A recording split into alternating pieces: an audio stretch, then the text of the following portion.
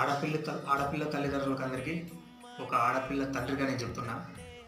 మనం ఒక అబ్బాయికి మన అమ్మాయిని ఇచ్చి పెళ్లి చేసేటప్పుడు వాడు మగాడ నపుంసకుడా అని బాగా గట్టిగా ఎంక్వైరీ చేసి వాడు ఫ్రెండ్స్. ఎందుకంటే సమాజంలో గడ్డము మీసాలు వచ్చినంత మాత్రాన మగాడు కాదు. ఓకేనా?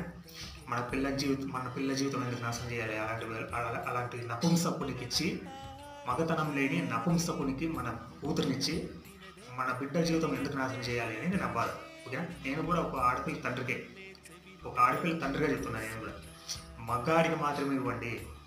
పైన బట్టతల వచ్చినా కూడా ఇవ్వకండి. బట్టతల వచ్చిందంటే ఆటోమేటిక్గా సగానికి సగం వయసు అక్కడితో అయిపోయింది. వయసు అయిపోయిన తర్వాతే బట్టతల వస్తుంది. మన పిల్లనిచ్చి ఏదో 5-10 సంవత్సరాలు ఉంటే చాలు అనుకోవాలి కాదు కదా. 100 ఏళ్ళ పంట ఇది. ఓకేనా? ఆచి తూచి అడుగులు వేయండి ఆడపిల్ల తల్లిదండ్రులు.